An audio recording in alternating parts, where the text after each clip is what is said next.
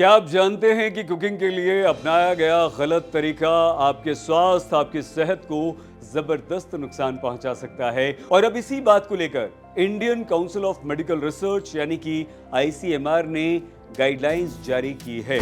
नमस्कार, आप देख रहे हैं हेलो हेल्थ और आपके साथ मैं हूं सईद अंसारी।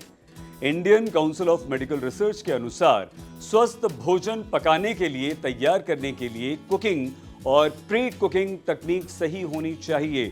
सबसे जरूरी है कुकवेयर्स का सुरक्षित प्रैक्टिकल इस्तेमाल भी काफी महत्वपूर्ण होता है। सिर्फ खाना बना लेना, टेस्टी खाना बना लेना ही जरूरी नहीं है।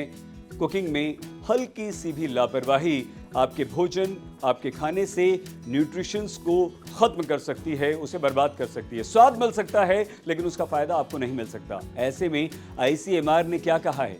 आईसीएमआर ने कुकिंग गाइडलाइंस फॉलो कर कुकिंग को सेफ करने के लिए कहा है और अपने स्वास्थ्य का आपको ख्याल रखने के लिए कहा है।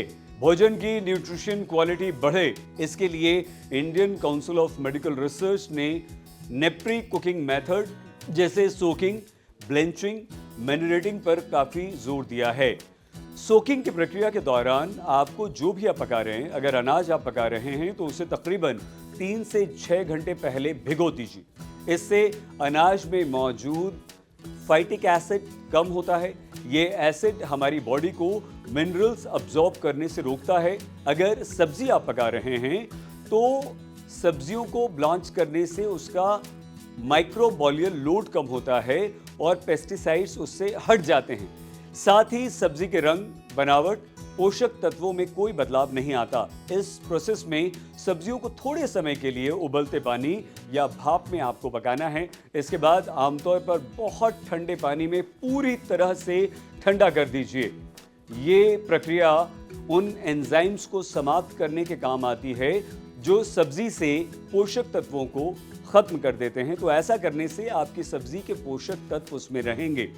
मतलब ये हुआ कि सोकिंग, ब्लेंचिंग, मैरिनेटिंग जैसी प्री कुकिंग टेक्निक से न सिर्फ आप खाना तैयार कर सकते हैं कम समय में, साथ ही साथ आपकी एनर्जी बचेगी। इसके अलावा सब्जियों को स्टीम करने या फिर धीमी आंच पर उबालने से वाटर सॉल्युबल्स, विटामिन्स और मिनरल्स को बचा सकते हैं आप, और आपको बचाना चाहिए।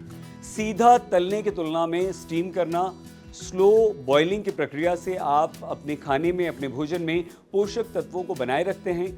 Indian council of medical research ने अपनी गाइडलाइंस में ये कहा है कि आप इन तरीकों से खाना बनाइए, अपने परिवार के स्वास्थ्य को अच्छा रखिए। अगर आप इन तकनीक का इस्तेमाल करेंगे तो आपको फायदा होगा।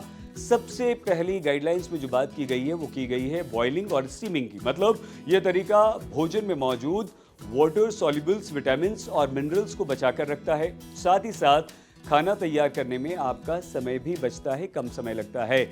प्रेशर कुकिंग, भोजन को स्टीम के दबाव में जल्दी पकाने के लिए प्रेशर कुकर का इस्तेमाल आप और हम करते हैं। इस कुकवेयर में खाना तैयार करने से भोजन में विटामिन्स और मिनरल्स बने रहते हैं। मतलब अगर कुकर में आप खाना बनाएंगे तो आपको सारे विटामिन्स, मिनरल्स मिलेंगे। फ्राइंग और शैलो फ्राइंग, मतलब यह तरीका खाने में फैट को बढ़ाता है जो हमारे हार्ट, दिल की बीमारियों का एक कारण है। हालांकि खाने का स्वाद बनाए रखने के लिए यह तरीका काफ़ी कारगर सिद्ध हो सकता है। तो आप देख लीजिए, आपको स्वाद चाहिए या आपका दिल अच्छा चाहिए। माइक्रोवेव में खाना पकाना एक और तकनीक बताई। खाना बनाने के इस तरीके में कम समय लगता है, साथ ही पोषक तत्व भी भोजन में बने रहते हैं। खाना तैयार करने के लिए बर्तनों का चुनाव बहुत महत्वपूर्ण है। इसमें हल्की सी भी लापरवाही आपके स्वास्थ्य के लिए नुकसानदायक सिद्ध हो सकती है। Indian council of medical research ने अपनी गाइडलाइंस में खाना बनाने के तरीकों में कौन से कुकवेयर में खाना आप तैयार करें इसका भी उल्लेख किया है। मेटल और स्टेनलेस स्टील के कुकवेयर्स का इस्तेमाल करने की सलाह भी आपको दी गई है। खाना पकाने का टिकाऊ और सुरक्षित तरीका है, लेकिन भोजन में मेटल्स के रिसाव से बचने के लिए इसका सही ढंग से आपको उपयोग करना चाहिए, और न करें तो बहुत ही अच्छी बात है। टेफ्लॉन से लेपित नॉन स्टिक पैन, कम वसा वाला खाना पकाने के लिए उपयोगी है। हालांकि भोजन पकाते समय निकलने वाले जहरीले धुएं को रोकने के लिए इसे ज़्यादा गर्म आप न करें। आमतौर पर हम लोग ऐसा करते हैं।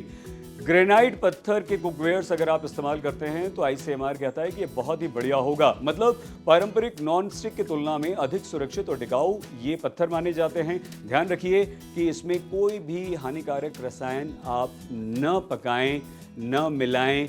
इन आईसीएमआर की गाइडलाइंस का फ़ायदा उठाकर आप खाना स्वादिष्ट बना सकते हैं और अपने परिवार के स्वास्थ्य को बचा सकते हैं, अच्छा कर सकते हैं। अपना प्लीज़ बहुत ख्याल रखिएगा।